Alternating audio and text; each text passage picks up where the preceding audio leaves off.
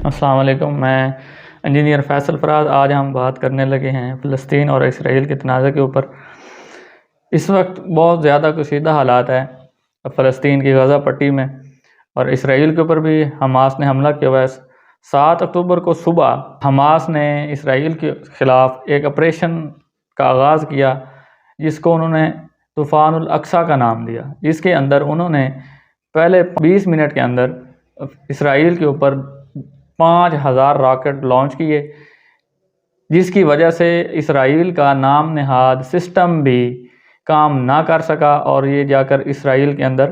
لگے اور انہوں نے تباہی مچائی۔ اس کے رد عمل میں اسرائیل کے وزیر اعظم نیتن یاہو نے ایک بھرپور جوابی حملہ کرنے کا دھمکی دی اور ارادہ اپنا کیا، اور اسی سلسلے میں نیتن یاہو نے اپنے اسرائیل سے فلسطین کے خلاف ایک آپریشن کا آغاز کروایا، جس کا انہوں نے نام دیا آئرن اسٹورم۔ اس آپریشن میں انہوں نے غزہ پٹی کے اوپر ہزاروں ٹن بارود ایئر سٹرائک کے ذریعے گروایا اور گروا رہے ہیں، جس کے نتیجے میں انتہائی زیادہ، بہت زیادہ تباہی ہو رہی ہے، انسانی جانوں کا ضیاع ہو رہا ہے اور مالی نقصان ہو رہا ہے۔ اور ابھی جو کرنٹ سچویشن ہے غزہ پٹی کی، وہاں پہ اسرائیل کی سٹرائک کی وجہ سے اس وقت تک 1600 سے زائد غزہ پٹی کے لوگ شہید ہوئے ہیں، 7000 کے قریب لوگ زخمی ہوئے ہیں، اور 4 لاکھ کے قریب بے گھر ہوئے ہیں۔ اور اسرائیل نے دعویٰ کیا ہے کہ حماس کے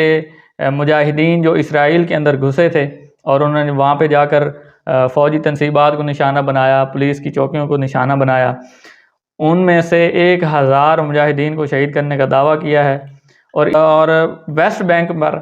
جو ہے اسرائیل نے 31 فلسطینیوں کو شہید کیا ہے اور 600 سے زائد لوگوں کو زخمی کیا ہے۔ اور آپریشن طوفان الاقصیٰ میں جو ہے وہ جو حماس نے اسرائیل کے اوپر حملہ کیا ہوا ہے، اور وہ بھی حماس بھی اپنی جوابی کارروائیاں اسرائیل کے اوپر جاری رکھے ہوئے ہے۔ اس میں ابھی تک اسرائیل کے 1400 سے زائد لوگ جو ہیں وہ مارے جا چکے ہیں،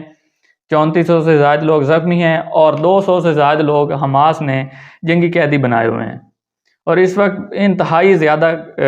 کشیدہ حالات ہیں فلسطین میں، غزہ پٹی پر، جو اسرائیل نے کیے ہوئے ہیں، اور اس میں اس کا ساتھ امریکہ، فرانس اور برطانیہ بھی دے رہے ہیں۔ فلسطین اور اسرائیل کا جو یہ تنازع ہے، ابھی ہم تھوڑی سی بیک گراؤنڈ میں جاتے ہیں کہ ان کا تنازع ہے کیا اور کب سے شروع ہوا ہے۔ 19ویں صدی کے آخر میں اور 20ویں صدی کے شروع میں وہ علاقہ جو کہ ابھی اسرائیل اور فلسطین کے نام سے جانا جاتا ہے، یہ اس سلطنت عثمانیہ کا حصہ تھا۔ تو اس میں 19ویں صدی کے آخر میں اور 20ویں صدی کے شروع میں وہاں پر یہودی تحریکوں نے سر اٹھایا، اور اس میں انہوں نے مطالبہ کیا کہ جی ہمیں ایک آزاد اور علیحدہ ریاست دی جائے جو ایک خود مختار ریاست ہو۔ تو 1917 میں پہلی جنگ عظیم کے بعد لیگ آف نیشن نے برطانیہ کو مینڈیٹ دیا کہ وہ فلسطین کے اوپر حکومت کرے۔ اس دوران وہاں پر یہودیوں کی ہجرت میں اضافہ ہو گیا تھا، اور وہاں پر یہودیوں کی آبادی کافی ہو گئی تھی۔ تو وہاں پر برطانیہ نے ایک اعلامیہ آیا تھا جس کو بلغور اعلامیہ کے نام سے جانا جاتا ہے۔ اس اعلامیہ کے تحت برطانیہ نے یہودیوں کو قومی گھر دینے کی حمایت کی تھی، جس کی وجہ سے عربوں میں اور یہودیوں میں تنازع نے شدت پکڑی اور تنازع کو ہوا ملی۔ 1947 میں اقوام متحدہ نے ایک قرارداد منظور کی، جس کے تحت فلسطین کو ایک الگ ریاست اور اسرائیل کو ایک الگ ریاست کا حق دینے، اور یروشلم کو انٹرنیشنل انتظامیہ کے حوالے کرنے کا کہا گیا۔ اس قرارداد کو یہودیوں نے تو ایکسیپٹ کر لیا، لیکن جو عرب ممالک تھے، عرب تھے، انہوں نے اس کو ایکسیپٹ نہیں کیا، انہوں نے مسترد کر دیا، اور اس کی وجہ سے بھی اس تنازع کو اور زیادہ شدت ملی اور اس میں شدت آئی۔ 1948 میں اسرائیل نے اپنا ایک علیحدہ اور آزاد ملک ہونے کا اعلان کیا اور جنگ جو فلسطین کے ساتھ جنگ شروع کر دی، اور اس جنگ میں لاکھوں فلسطینی بے گھر ہوئے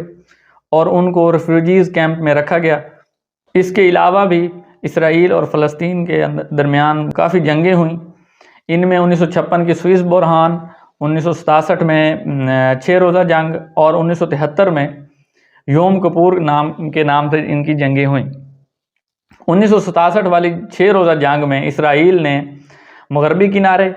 غزہ پٹی اور مشرقی یروشلم پر قبضہ کر لیا، اور یہی قبضہ جو ہے یہ اس تنازع کی وجہ ہے اور کشیدگی کی وجہ ہے۔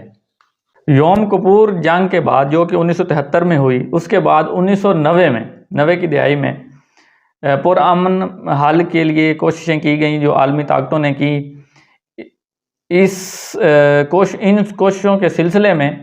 ایک معاہدہ طے پایا جسے اصولوں کے نام سے جانا جاتا ہے۔ اس کے اوپر 1993 اور 1995 میں سائن بھی ہوئے، لیکن ان معاہدوں کے اوپر اسرائیل نے کوئی عمل نہیں کیا، اور ان معاہدوں کے اندر اسرائیل کو ایک علیحدہ اور خود مختار ریاست اور اس کا فریم ورک کے اوپر سائن کیے گئے تھے، لیکن اسرائیل نے اس کے اوپر کوئی عمل نہیں کیا اور مختلف وقتوں میں اس کی خلاف ورزی کی اور اسرائیل کے اوپر